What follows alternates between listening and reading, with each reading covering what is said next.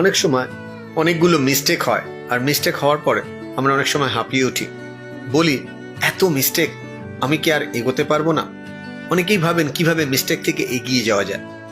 একটা খুব সুন্দর কথা আছে, সেই কথাটা আমি শেয়ার করব তোমাদের সাথে। If you do something wrong for the first time, that's called mistake, but if you do the same mistake repeatedly, it will be not your mistake, it become your habit. মানে তোমার অভ্যাস অনেক সময় তোমাকে dominate করে। তুমি একটা mistake করতেই পারো, সেটা রিলেশনশিপ ম্যানেজমেন্টে হতে পারে, পড়াশোনায় হতে পারে, পরীক্ষায় হতে পারে, অথবা নিজের কেরিয়ার তৈরির ক্ষেত্রে হতে পারে। সত্যি যদি তোমার মনে হয় এটা মিস্টেক, তাহলে নোট ডাউন করো কি কি মিস্টেক করেছো। আর সেই মিস্টেকটা জানার সব থেকে সহজ উপায় হচ্ছে তোমার টিচার বা প্যারেন্টসদের সাথে বসে ইমিডিয়েটলি আলোচনা করো, তাদের কি মনে হয়, তাদের এক্সপিরিয়েন্সের সাপোর্ট নাও। মানে অনেকটা এরকম, তুমি দোতলায় দাঁড়িয়ে আছো বা 5 তলায় দাঁড়িয়ে আছো, আর তোমার বাবা বা মা বা টিচার একই বিল্ডিং এ 25 তলায় দাঁড়িয়ে আছে বা 40 তলায় দাঁড়িয়ে আছে। একদিকে তাকালেও ভিউটা কি এক হয়? অফকোর্স না। তুমি 4 তলায় দাঁড়িয়ে তোমরা যেটা দেখবে, আর 25 তলায় দাঁড়িয়ে তার থেকে অনেক বেটার দেখা যায়, অনেক পেরিফেরাল ভিশনটা পাল্টে যায়। ঠিক সেরকম জীবনে যারা এক্সপিরিয়েন্স মানুষ, তাদের কাছ থেকে সাপোর্ট নাও। অনেকে মনে করেন না, আমি দেখে শিখবো না, আমি ঠেকে শিখবো। রিসার্চ বলছে স্টুডেন্ট লাইফে তুমি যদি সব জায়গায় ঠেকে শিখতে যাও, তাতে হয়তো অনেকটা লেট হয়ে যাবে।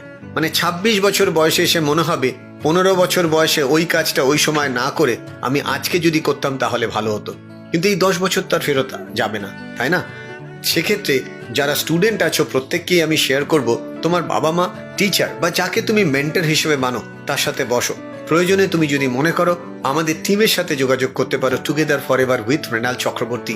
আমাদের টোটাল টিম তোমাকে সাপোর্ট করবে যে তোমার মিস্টেককে কিভাবে তুমি স্টেপিং স্টোন বানিয়ে লার্নিং মোডে চলে যাবে, এবং প্রত্যেকটা মিস্টেক থেকে তুমি শিখবে এবং শিখে সামনের দিকে এগিয়ে যাবে। সবাই এগোতে চায়, কেউ পিছোতে চায় না, কিন্তু অনেক সময় এগোতে গেলে দুপা পিছোতেও হয়। মানে থেকে যদি না শিখতে চাও, তাহলে দেখে শিখে নাও।